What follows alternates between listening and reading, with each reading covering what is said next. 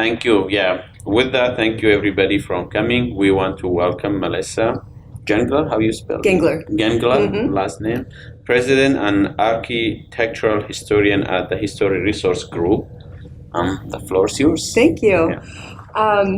Well, it's interesting being here. I never thought when I started my business that I would be talking about business. It's not my background, but Historic Resources Group is a woman-owned, federally certified woman-owned small business, and we do historic preservation consulting mostly in the Midwest region and some in the Southeast. It's a career I've been doing my entire working life since I graduated from college. And something as a child, I was one of those odd ducks that sort of knew what I wanted to do at a very young age. And so mostly what we do is historic preservation planning, consulting either for government agencies or private developers to do documents such as National Register of Historic Places documentation, National Historic Landmarks, and planning, lots of transportation planning documents for environmental policies that are required for federal actions.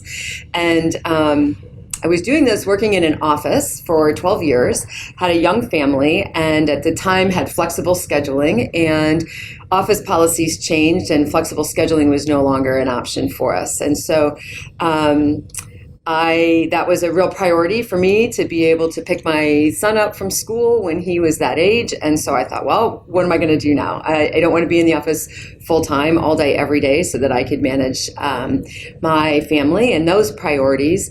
So I thought, well, why not hang out my own shingle? So that was about 2009. And I thought, how can I do this and not have an impact on my family? And so one of my goals was to have enough operating money so I didn't impact our family budget for at least 3 months. Hopefully that I could start bringing in some income within that time. So I had done some side work to save up that sort of operating money, and then just dove in. Fortunately for me, it was good timing to step away and start up my own business.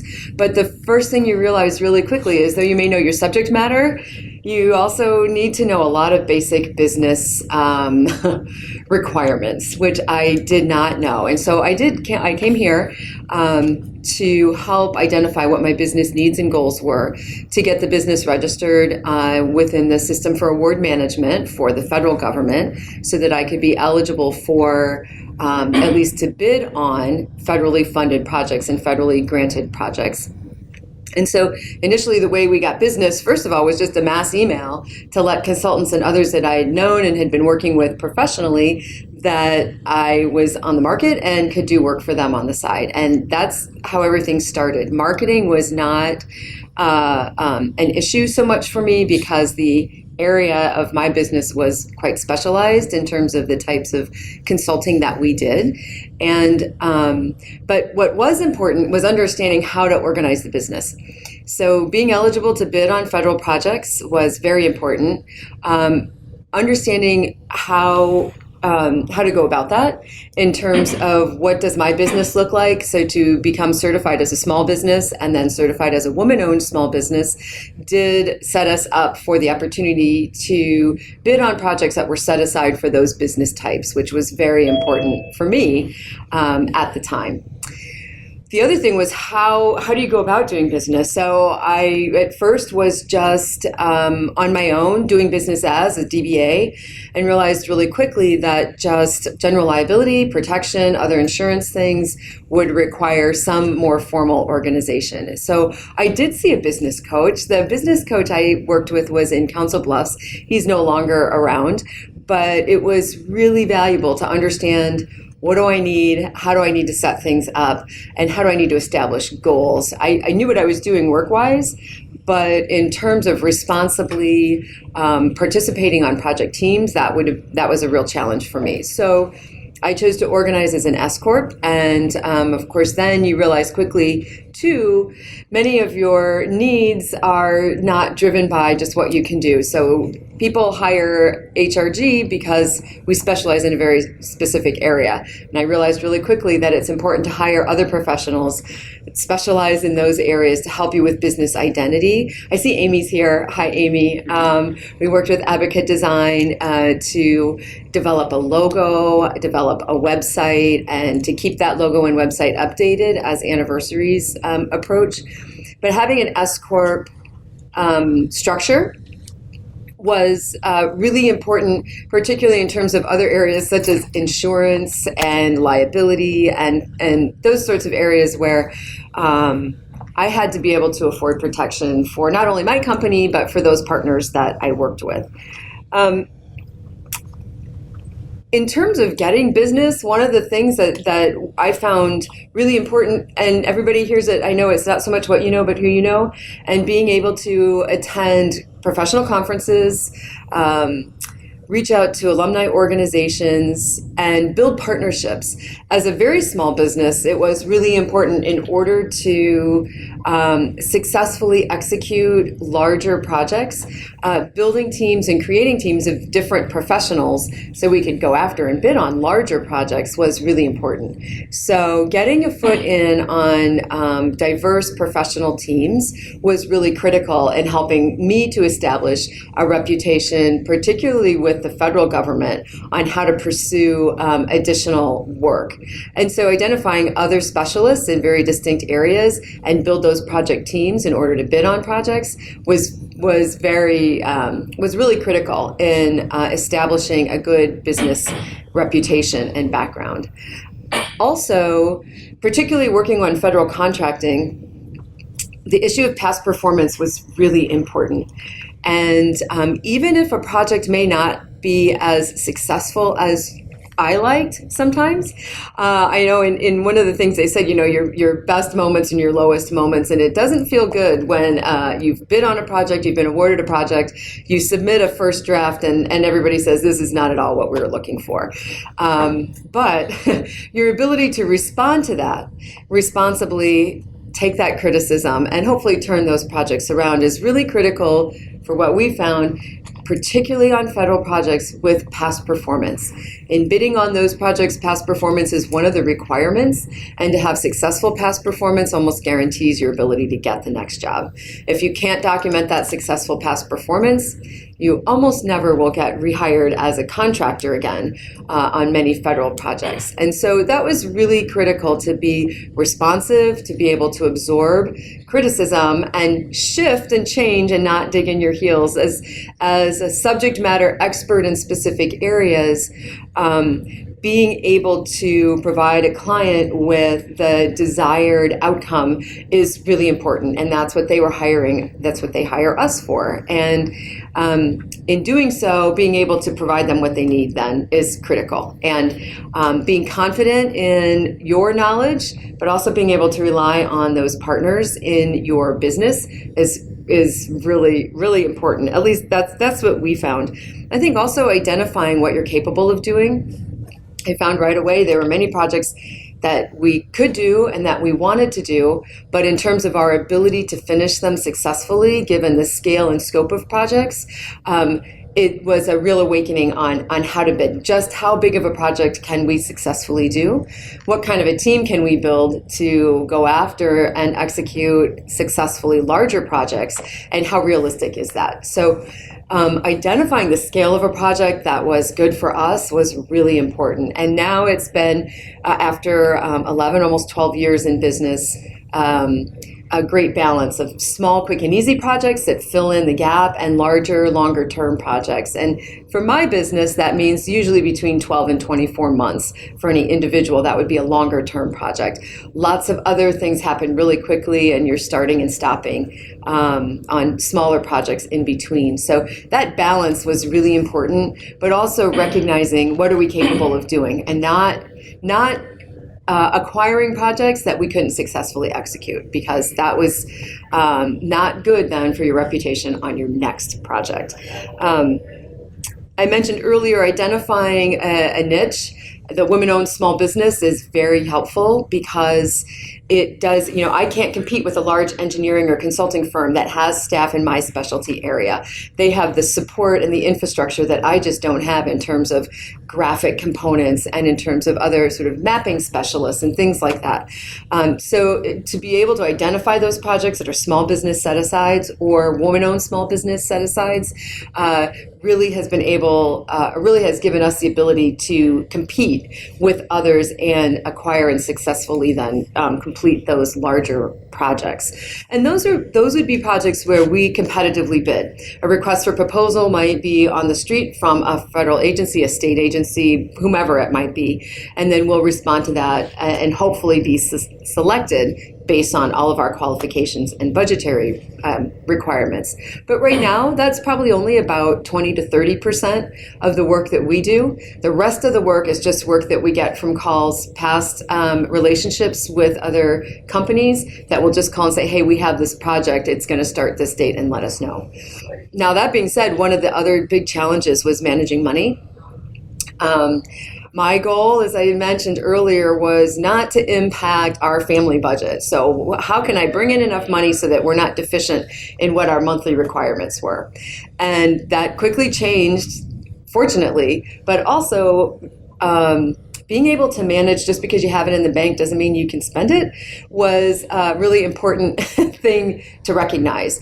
With a lot of the projects and having partners, often we get paid when they get paid, which can mean a 60 to 90 day delay from when I send out an invoice to when we receive payment from that invoice. So to be able to have at least a minimum of that operating capital on hand at all times is really critical, because your tax bills don't go away every month, your insurance bills don't go away every month. And just because you may have a few large invoices out, the process of submitting to a client and then they submit to their client and then they get paid and then you get paid. If you're not on that routine, it's several months before the money is coming in. So I think managing those realistic monthly expectations was also really critical. So now we try to keep 4 to 6 months of operating expenses on hand at all times, just because of those delays. It just takes some time, and it's important to feel comfortable and confident that you're not going to be scrambling every month when you have to pay in your IRS bills or manage all of those things. And that goes back to making sure you have those other professionals that you can rely on, a solid accountant, a solid attorney to give you advice on contracting and making sure your business structure, as I mentioned, we're an S Corp, is all of that is organized properly. We faced a real challenge that I was not expecting when we just bought a new house. And so going from, we were HRG, Historic Resources Group, to then Historic Resources Group, Inc., which is a completely different business entity in terms of the federal government, and then having a new address. About 2 years ago, we were faced with, the System for Award Management was saying, this is an entirely new company that you have to start from scratch and re-register everything. So we had to update all of our operating documents, bring an attorney back on, and it was not something I expected over what I did not recognize as a critical name change, adding Inc., but what was a very critical name change, because that incorporation and that legal structure made a big difference in how we operated. And so that was a big challenge. It's not something anybody who's worked with System for Award Management and making sure that your registration is up to date and is accurate and is renewed appropriately every year. It is a federal government challenge, but it is a requirement in order to bid on or hold any federal contracts. And so that's a really important. Did you have any open contracts at the time? We did, yes, which is what made it. Novate the contract. Well, we did not. We had a contract that we were extending at the time, and that was the real critical element. As we went through that contract extension, it became clear that our registration is not what it should be, and it wasn't, as I was going in to just self-update, it wasn't letting me change it. And when I finally called, they said, you can't change it because this is a whole new business entity now. So we had to wait to do the extension for the contract that we had until all of our registration documents were up to date. And then that made the deadlines for that project a major challenge to meet. And particularly because on a project like that, as I mentioned, we build teams to bid on these. And this was a recordation project for a pre-revolutionary military fort on St. Simon's Island in Georgia. And so our project team was myself as the contract holder and project lead, along with a historic landscape architect and a historic archaeologist, because that was the nature of that site. So it put them at risk then too, because they were my responsibility as part of this contract. And I, as not having an appropriate and updated entity, couldn't sign this extension, therefore they couldn't get the work done either. And so it was a real, it's a very important thing to stay on top of, and particularly if you have an open federal contract. And this type, I was just going to say, did that transition to an IMC affect your overall, almost like starting over with federal government projects? I mean, it didn't. You were the new kid on the block all over. Right. Technically, it did not, okay. Because of those past performance records. Okay. For many of the projects we bid on, there's actually a past performance form. So as part of your response package, you have to send that to preferably a contracting officer where you've completed a successful federal project. They fill it out. They fill out their review of you based on how you executed that contract, and that becomes part of your bid document. So because I had that personal relationship with many there on past projects, it wasn't as much of a negative impact as it was just a major headache. And that renewal process is a challenge every year. Ours comes up in April every year, and so it's important to stay on top of that. So, infilling with bigger projects, smaller projects, travel that can be managed, and the ability to be self-motivated. Some of it sounds cliche, but I think a lot of people have realized that over the last year in the requirements of working from home. It was successful for many, and it was not successful for many. I know my husband said, once, if our office closes, I don't know how I'm going to do it, because working from home just was not an environment he was really productive in. And it's not for everybody. And so having, for me, the physical structure, first you have to have the motivation and the desire to do it. You have to identify that you can do it and be prepared for all of the setup that comes with it. And part of that is the physical environment.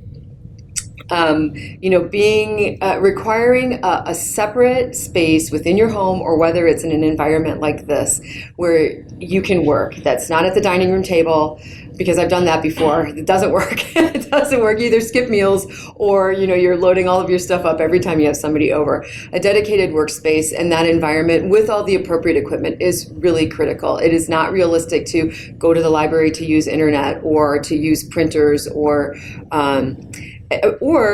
to have those relationships with your clients.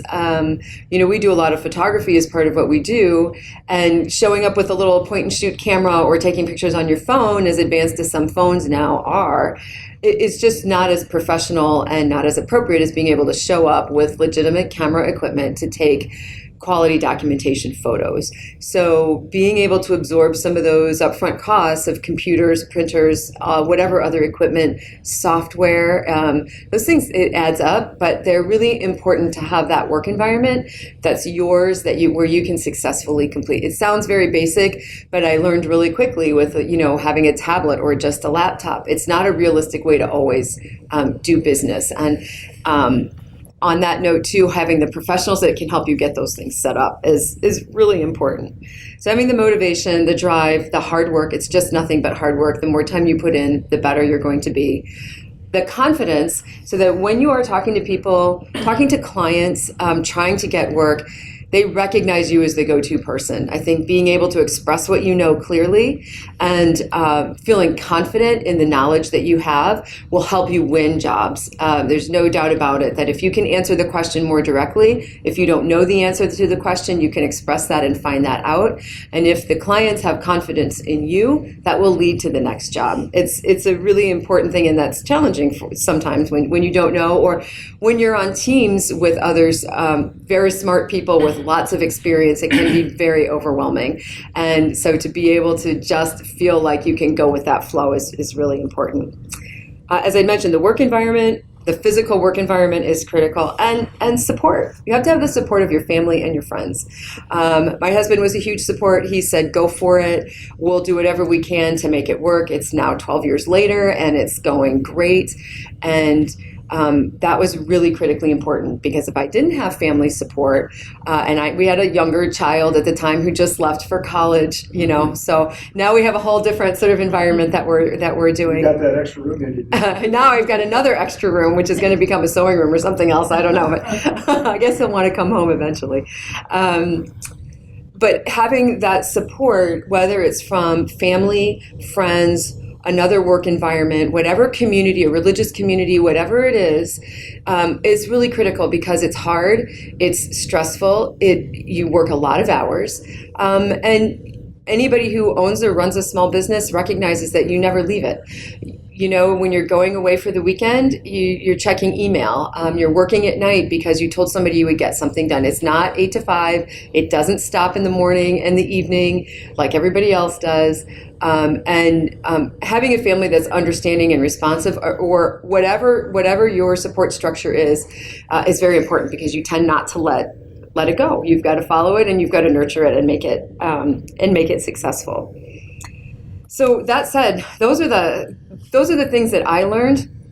My business is very specific. The consulting, working with primarily the National Park Service and the Department of Interior at national parks or other areas like that, as well as planning and projects for larger developments or developers who are rehabilitating historic properties.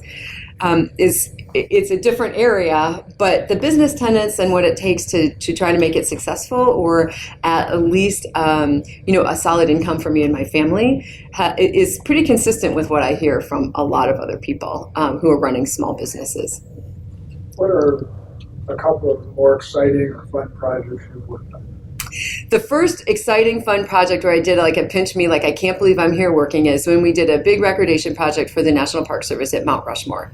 And so I worked with a landscape architect who was from Virginia, and the two of us met out there, and we got there, it was fall, because we wanted to go, of course, when it's not quite as busy with a park like Mount Rushmore. It's always busy. And but walking around behind scenes, learning how they archive and do their research was very interesting. They were very organized.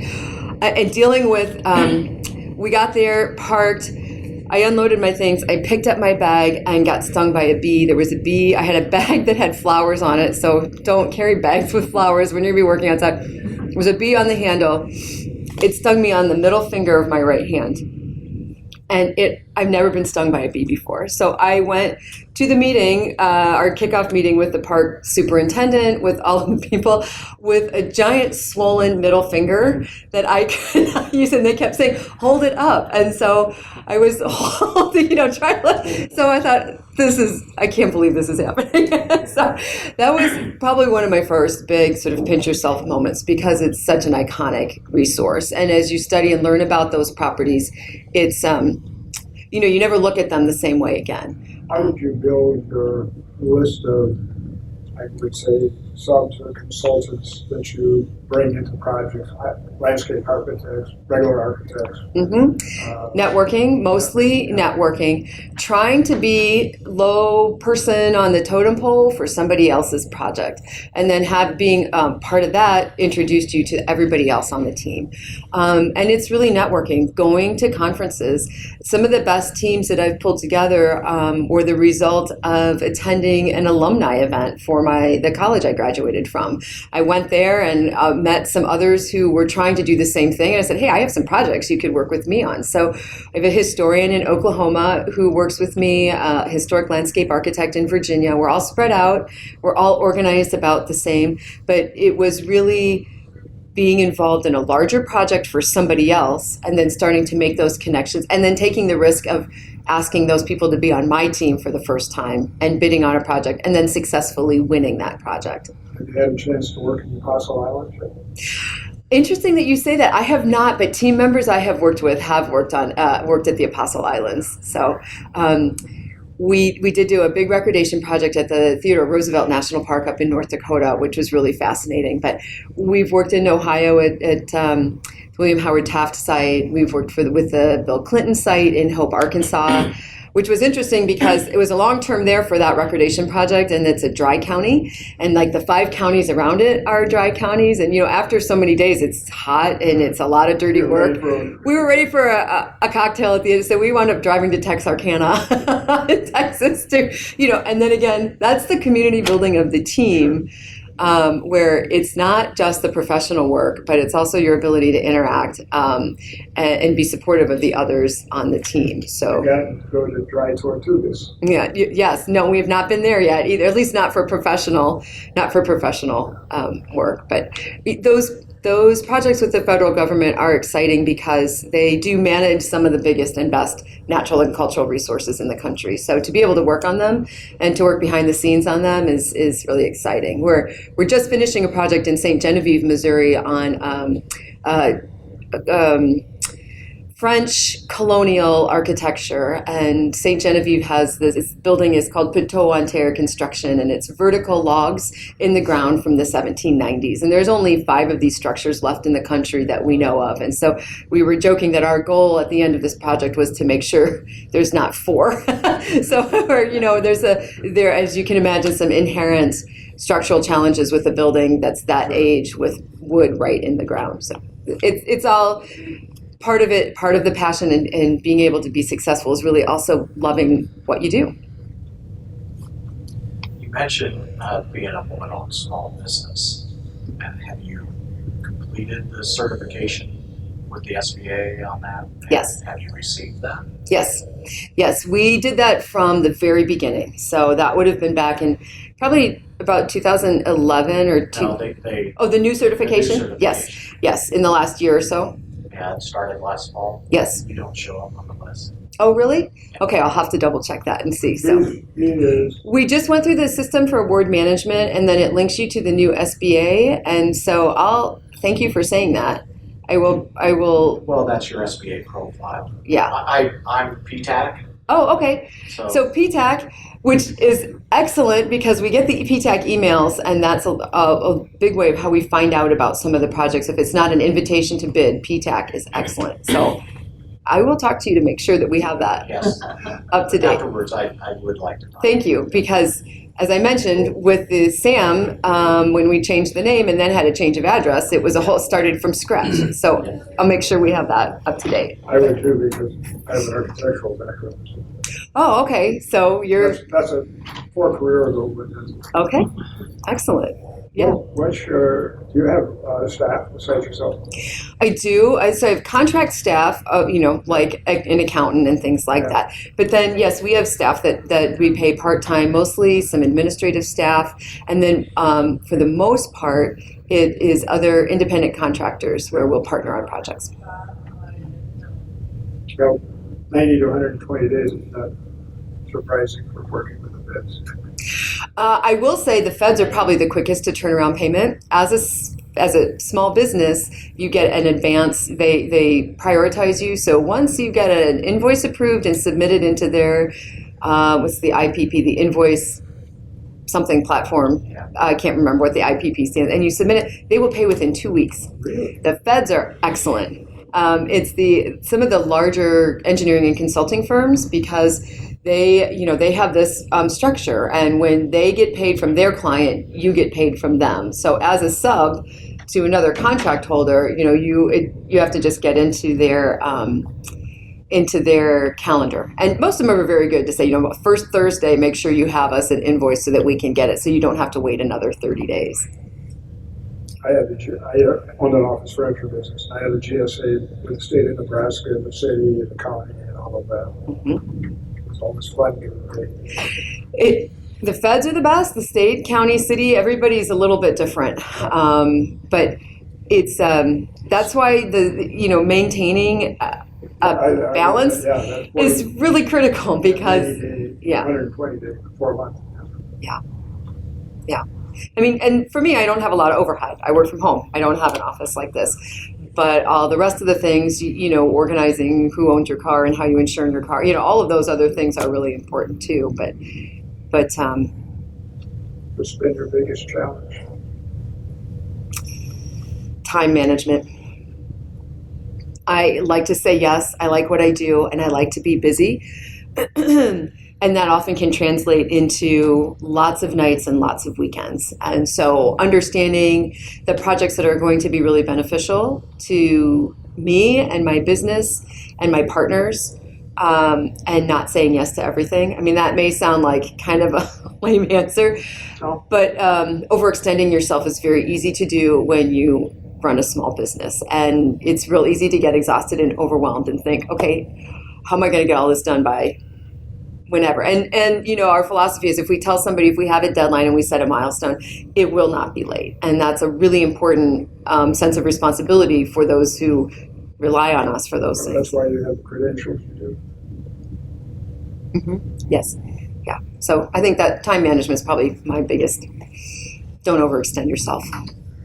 It won't benefit you in the long run because you will drop a ball, and that's not a good feeling either. I will ask the people on the question. Anybody who's joining us via Zoom have a question or a comment? Use PTAC. We get an email every, I don't know, a couple times a week probably, as you register for those highlight words. Bid match, yes. And that's great. It gives you lots of great ideas. If you're not invited to bid, after a while you get invited to bid, and they don't advertise everything, but yeah, that's really useful. So thank you. Thank you so much.